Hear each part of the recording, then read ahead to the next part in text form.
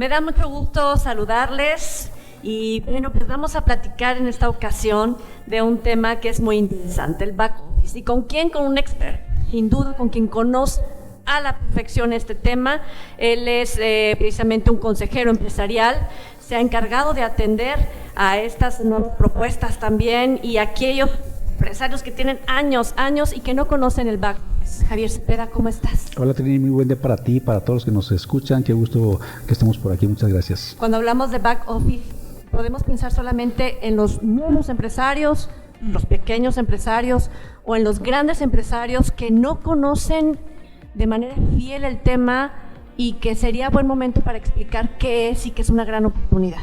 Yo podría empezar diciendo que el back office es para todos. Así de simple, esa es una realidad. E incluso antes de entrar en el concepto de lo que es, porque muy probablemente sepamos lo que es, pero no lo que significa el concepto de back office, la realidad es de que en la actualidad muchas empresas lo utilizamos y en ocasiones sin darnos cuenta, y no quiere decir que esté mal, por el contrario. Entonces, respondiendo, la realidad es de que el back office es para todos. Aquí no importa que seamos un micro, pequeño, mediano, grande, macro contribuyente, la realidad es de que el back office, dependiendo de las necesidades, es para todos. ¿Y qué es el back office? La realidad es de que es un concepto que, si lo traducimos al español, es la gestión empresarial. Regularmente nosotros como empresarios, cuando nacemos en nuestras actividades, en esta actividad y decidimos emprender un negocio, la realidad es de que en México somos muy buenos emprendedores y cuando nacemos en este rubro somos todólogos. No sé si te ha pasado, pero hay empresarios que son los que venden, los que compran, los que facturan, los que atienden, los que entregan, los que hacen absolutamente todo. Y es más, internamente dentro de la empresa, pues son literal todólogos. Hasta que con la empresa empieza a generar ciertos resultados, a lo mejor ya hay un poco más de ventas, ya empiezas a generar un poco más de ingresos, ya te da la posibilidad de contratar a un personal para que te ayude con operaciones, a lo mejor un auxiliar administrativo, un auxiliar de diferentes rubros, pero en México es normal el emprendedurismo que nace así de vamos desde ceros. A ver, ¿qué sí que no? Que yo me imagino que también poner en manos de otra empresa algo que es muy tuyo, con lo que tú iniciaste, tu esfuerzo, tu inversión, tu idea, tu creatividad, y que de repente tengas que dejar a alguien más que haga cosas. Es parte del crecimiento. La realidad es de que los empresarios que hemos decidido crecer, sabemos que somos personas que tenemos que empezar a delegar. Tenemos dos vías para empezar a delegar: de manera interna, por medio de nuestros colaboradores, o de manera externa, tercerizando diferentes áreas de nuestra empresa. Y el back office precisamente se encarga de eso. Y lo platicábamos hace un momento.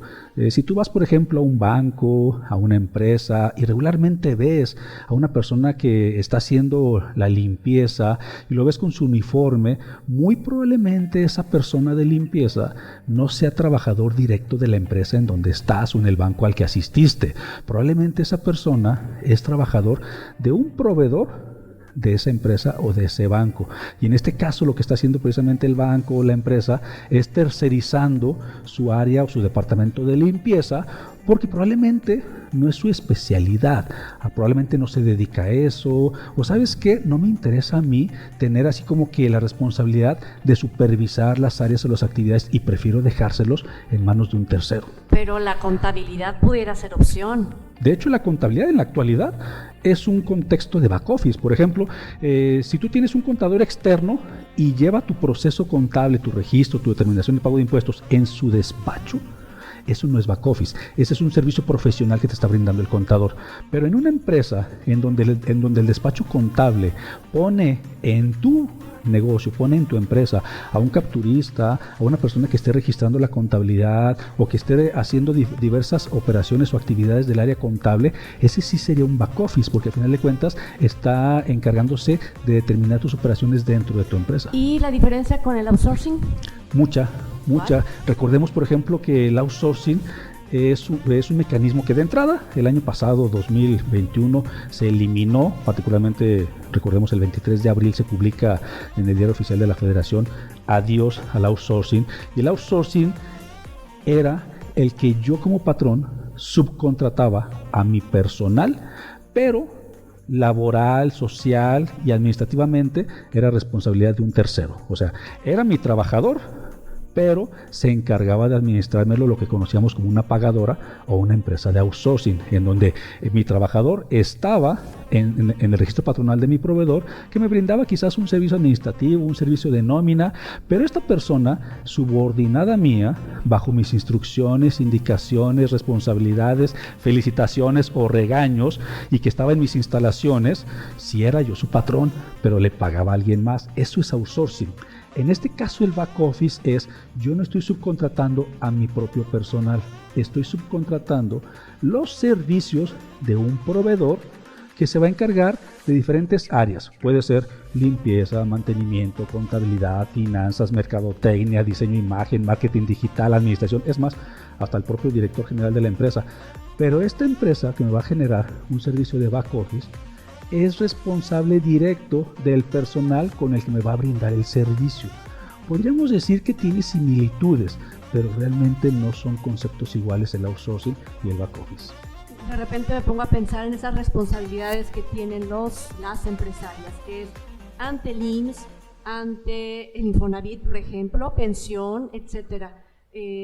¿Cómo tienen que equilibrar precisamente o cómo tiene uno que observar que sean responsables de todas estas exigencias u obligaciones ante el SAT, ante los derechos laborales, etcétera, y que no vaya quien contrata a caer en una irregularidad y al rato nos salga más caro la contratación del back office? Que no caigan en una irregularidad como era el outsourcing. Y, o sea, regresemos un poquito al contexto. Cuando el outsourcing se elimina, cuando se prohíbe, precisamente fue porque el outsourcing en México era una estrategia muy válida que ayudaba a las empresas a desarrollar y a crecer, pudiéndose enfocar en las actividades para lo que las empresas o el empresario eran especialistas y dejando en manos de un tercero, de una administradora, precisamente la parte laboral. Sin embargo, en México, pues también de repente andamos buscando las formas y las mañas de cómo evadir impuestos, responsabilidades, y hubo muchos casos, muchísimos casos en los que estas pagadoras de outsourcing, pues la verdad es de que evadían responsabilidades, evadían pagos de impuestos, evadían literal responsabilidad laboral, social con los trabajadores. Recordarás que parte particular del outsourcing era los famosos contratos temporales que no generaban antigüedad de los trabajadores, que no tenían sentido de pertenencia y muchas cosas más. Entonces el gobierno decide frenar esta práctica. En el caso del back office, realmente la persona trabaja para el proveedor. O sea, es parte de las actividades del proveedor puesta a disposición de, en este caso, del cliente, del contratante.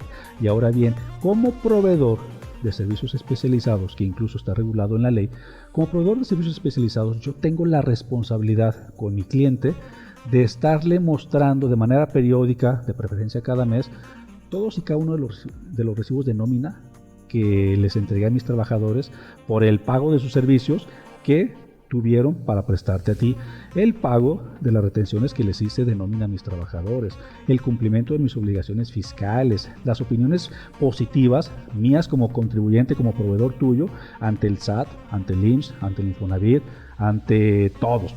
Y a final de cuentas, la contraprestación, en este caso, bajo un contrato de prestación de servicios especializados, realmente tenemos una responsabilidad compartida en donde yo soy tu proveedor, yo soy patrón de los trabajadores que pongo a tu disposición para que te brinden un servicio, pero tú también, si por alguna razón yo dejo de cumplir con mis obligaciones, a ti el gobierno te convierte como corresponsable solidario en este caso. Javier Cepeda, como consejero empresarial, ¿cuál es el ABC para quienes nos escuchan y nos ven?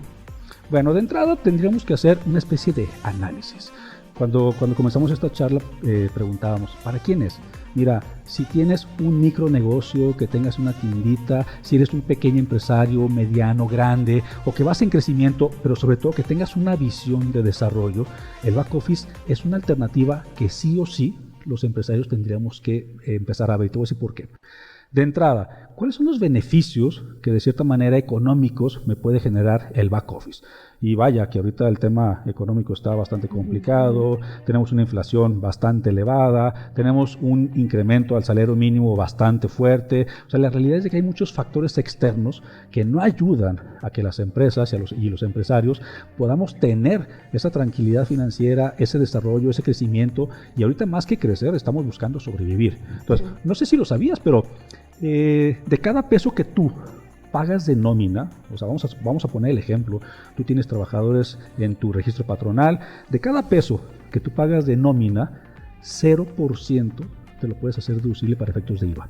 Entonces, réstale. 0%, tú como patrón te puedes hacer deducible para efectos de IVA esa nómina.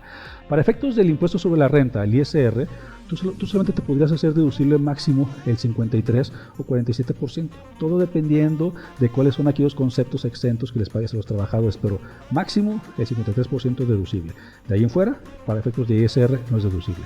Lo que tú pagas de cuotas ante el IMSS solamente son deducibles las cuotas patronales. Recordemos que en este caso las cuotas se dividen en dos, las patronales y las obreras. Las patronales son las únicas que son deducibles, las obreras no. Y así le podríamos seguir. Entonces, de entrada cuando decimos peso tras peso tras peso, le sumo, la realidad es de que el empresario tendría que empezar a ver alternativas legales, transparentes, como es el back office, para ver de qué manera no solamente busca sobrevivir, sino incluso puede buscar crecer. Porque además te voy a decir una cosa, cuando yo comencé a ser empresario, que fue por obra de la causalidad hace ya algunos ayeres, pues la realidad es de que yo cotizaba, yo facturaba, y todavía en aquel momento con facturas de papel, yo iba, entregaba las facturas, recogía mi contrarrecibo, recogía mi cheque, iba al banco, yo instalaba, configuraba, atendía a los clientes, o sea, era un todólogo. Cuando de repente vas creciendo, vas contratando a personas que te van auxiliando en el área administrativa, en el área de finanzas, en el área de cobranza, en el área de ventas, o sea, muchas cosas. Y entonces, como empresario, yo creí que la única alternativa que tenía era contratar de manera directa a mi propio personal. Y yo puedo ser muy bueno en una área de mi empresa, yo puedo ser muy bueno vendiendo, yo puedo ser muy bueno gestionando o produciendo, pero muy probablemente no soy tan bueno en la parte financiera, en la fiscal, mercadotecnia, contabilidad, limpieza, mantenimiento, recursos humanos, tecnologías de información, y para eso hay especialistas. Y en este caso, las empresas de back office se convierten en ese especialista que saben hacer su tarea, que vas a recibir resultados mucho más oportunos, mucho más ágiles, en el que vas a gastar menos, vas a tener mucha más rentabilidad y mucha mayor utilidad. Entonces, ¿por dónde comenzar? Bien fácil. Primero tenemos que buscar quiénes son esas empresas, porque no son muchas en México las que realmente te pueden dar un concepto de back office. Y después de buscar, hay que analizar qué tipo de proveedor es, qué servicios quieres que se puedan tercerizar de tu empresa. Pero aquí lo más importante primero sería crear conciencia de que tenemos que empezar a soltar. Como lo decías tú, es que es complicado soltar. Pero cuando se habla de creatividad, tú hablabas del departamento de diseño, sí, por ejemplo, ¿no? Sí, y yo por ejemplo soy muy especial en diferentes áreas de mi empresa, pero yo aprendí, te lo voy a decir así, tal cual a trancazos, yo aprendí que tenía que soltar. Porque si no sueltas, no creces. Y ahorita podríamos tener la fortuna de decir que parte de nuestra especialidad es dirigir las diferentes áreas de la empresa y revisar los resultados que están generando. Pero cuando te conviertes en el operador, en el todólogo, o una de dos, o operas o generas resultados, porque no puedes hacer las dos cosas. O sea, a final de cuentas, tu día tiene 24 horas y no puedes hacer más. O sea, a final de cuentas tienes un límite de tiempo y no puedes hacer más. Entonces, ¿qué es lo que tenemos que empezar a hacer? Ver de qué manera, con esas alianzas, con esas relaciones, con esa tercerización de diferentes áreas, y no digo que todas, probablemente puedas empezar con una. Y te lo decía hace un momento, la más común es el área de limpieza, la más común es el área de mantenimiento, y después partimos con el área de contabilidad, el famoso contador externo o el contador que pone a su auxiliar dentro de tu empresa. Y luego, ¿por qué no pensar en el facturista, pensar en el que cobra, pensar en personas especialistas, por ejemplo en mercadotecnia, el que te haga tu estrategia de marketing digital? Como empresario, empresaria, ¿qué te tendrías que fijar para contratar a una empresa que te dé esos servicios? Ojo, que digas, ¿sabes qué? No pierdas de vista esto. Me imagino que tiene que estar dado de alta ante el SAT, que te presente que todo está en orden, ¿no? Digo, para empezar. Para empezar, tiene que ser una empresa legalmente constituida, y una de las particularidades que tendríamos que revisar es con qué antigüedad está constituida. porque recordemos que habemos muchos viejos lobos en esta profesión y sabemos identificar qué tipos de empresas realmente son empresas oportunistas o que de cierta manera te puedes crear un cierto conflicto con ellos. Entonces, tiene que ser una empresa legalmente constituida, que tenga posicionamiento, que tenga reconocimiento, que más de alguna empresa la pueda conocer como para darte su opinión, para poderte dar sus comentarios, sus reseñas. O sea, la parte del posicionamiento y la parte del reconocimiento es fundamental. Y esto sucedía con el outsourcing. Por ejemplo, otro punto es el tema de los representantes legales, los jefes, los directores. Con el outsourcing no conocías quién era el director o el representante legal.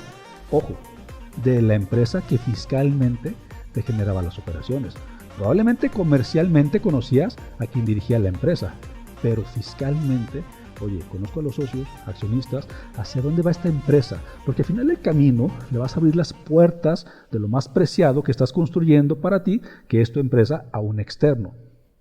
15 años con una empresa que iniciaste y que te ha dado la experiencia para conocer el olfato, para identificar estas empresas en las que se puede confiar. Como consejero empresarial, tú abres las puertas y les dirías por dónde empezar el ABC, que yo te preguntaba, para que los primeros pasos los den de manera certera y no correr el riesgo de contratar una empresa, como tú decías, ¿no? Que no cumple. Mira, hace 15 años yo comencé, y lo decía de manera causal, el tema de la empresa BIOS. Yo la constituyo hace 15 años. Y a lo largo de estos años como consejero empresarial tuve la fortuna, y tengo la fortuna todavía, de compartir y que me abran las puertas diferentes empresarios en diferentes empresas. Conozco una gran cantidad de giros de negocio, de operaciones, áreas propias dentro de las empresas, y es importante mencionarlo. Mi empresa yo la comencé particularmente con el manejo de software empresarial. Pero a lo largo de estos 15 años dentro de la empresa fui integrando otras soluciones como el tema contabilidad, mercadotecnia, finanzas, recursos humanos, y también por causalidad de repente las empresas me decían, oye, yo quiero que me des este servicio tanto de mercadotecnia como contabilidad, y al final de cuentas eso era back office. Entonces, ¿qué fue lo que sucedió el año pasado cuando se dice adiós a la reforma del outsourcing? Que el back office ya existe en México desde hace muchos años. ¿Con qué nombre? ¿Cómo lo identificamos? Es que en realidad ni siquiera lo identificábamos, porque particularmente buscábamos los servicios específicos de una área. Por ejemplo, servicios de limpieza y buscabas empresas de limpieza.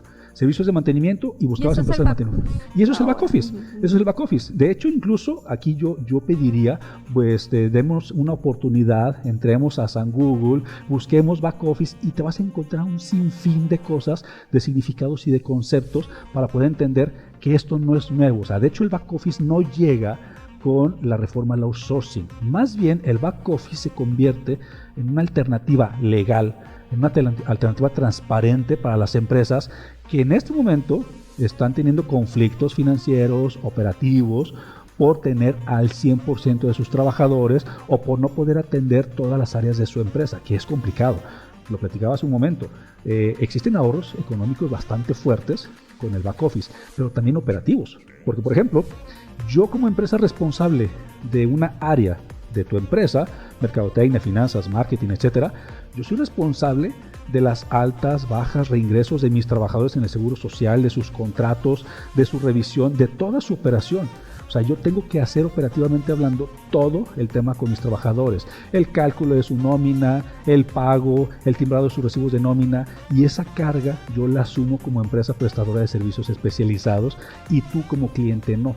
Y aquí lo más importante, otra de las cosas que los empresarios tienen que revisar es que esta empresa cumpla con la ley del outsourcing. Recordemos que por un lado se prohíbe la subcontratación de personal subordinado, pero por otro lado se reguló la subcontratación de servicios especializados. Yo como proveedor, si quiero ser considerado proveedor de servicios especializados, tengo que estar registrado ante la Secretaría de Trabajo y Previsión Social, tener mi número de folio de registro del REPSE, con el cual yo puedo llegar contigo y decirte, mira Trini, yo sí tengo cumplimiento del registro ante la Secretaría de Trabajo y te puedo proveer estos servicios de back office, te puedo proveer estos servicios especializados, entre otras de las cosas que yo voy a tener que cumplir. Entonces, con mucha transparencia es que este concepto todavía se está manejando, pero muchos empresarios decimos, híjole, es que es igual que el outsourcing, pero cuando ya empezamos a ver números y a conocer que esto es tan transparente, tan legal, tan permisible, y vaya, o sea, te lo dice un empresario que prácticamente todos los días en empresas estoy viendo de qué manera ayuda a los empresarios a poder crecer, y quieras o no, un peso que les pueda ahorrar y un peso que les pueda llevar de rentabilidad es un peso de tranquilidad para ellos. Entonces, como consejero empresarial, podrías, tanto a aquellas empresas que quieren ser proveedoras de, como a quienes necesitan contratar el servicio. Efectivamente, de hecho, recuerdo que por obra muy curiosa, empecé el año pasado a ayudar a empresas que querían registrarse ante el REPSE para obtener su registro, y que la verdad fue muy crítico, fue muy caótico, muy presionado, empresas que no recibían el registro, que se lo rechazaban, y eso ponía en riesgo su operación y su patrimonio, porque tenían que dejar de operar si no conseguían el registro. Y de repente empecé con una, empecé con dos, y al final terminé con más de 300 empresas a las que ayudé a obtener su registro del REPSE. Y presunción aparte, más del 95% de esas empresas en el primer intento, cosa que muchos difícilmente podían hacer. Pequeñas, medianas, grandes empresas. Particularmente micros, pequeñas y medianas. Entonces, por ese lado, a nivel de consejero empresarial, pues fue que me fui con esas empresas a ayudarles a obtener su registro, a que siguieran operando, a que no perdieran su patrimonio, a que sus clientes no rechazaran, no cancelaran contratos. Pero con otras empresas, precisamente las que contratan los servicios de estos terceros, de estos proveedores, también tenemos la solución para, ok, ¿qué áreas de tu empresa crees que pudieras tercerizar? A ver, vamos definiendo cuáles son las áreas de tu empresa, vamos definiendo cuál es tu actividad, que se conoce como la actividad importante o la actividad preponderante, porque, ojo, un tema muy particular, la empresa que quiera contratar servicios de back office tiene que cumplir con dos cosas específicas. Punto número 1, no puede contratar el 100% de sus áreas o el 100% de sus trabajadores. De entrada, yo como empresa, si quiero contratar los servicios de un tercero, por lo menos tengo que quedarme yo como responsable de las áreas y actividades preponderantes que dice mi objeto social. Eso dice la reforma del outsourcing. Yo no debo subcontratar los servicios de un tercero, particularmente hablando de las áreas más importantes de mi empresa. Si yo me dedico a la fabricación y comercialización de mesas, yo no debo subcontratar a un tercero que se dedique a fabricar y a comercializar mesas. Pero sí puedo subcontratar los servicios de un tercero para efectos de contabilidad, finanzas, etc. Eso es tema número 1. Y tema número 2, si la empresa cliente que va a subcontratar los servicios de un tercero recibe la propuesta o la petición de llevarse el 100% de sus áreas, que porque esta empresa sí puede, sí se lo permite la ley y sí va a tener la capacidad para poder administrar el 100% de sus áreas y el 100% de los trabajadores, ojo, mucho ojo, como aquel comercial de hace muchos años que decía, ten mucho cuidado con quién te acercas. Si esa empresa te propone que se puede encargar del 100% de las operaciones de tu empresa, es un tema de ilegalidad. Javier Cepeda, pues sin duda todo esto y más, con un buen consejero empresarial hay que buscarlo, hay que asesorarse, eso es lo importante. Así que agradecemos mucho este empujón que les das a estos y a estas empresarias, y que por favor te busquen en tus redes sociales, porque siempre hay un buen consejo, y sobre todo de conocer el back office y no tenerle miedo.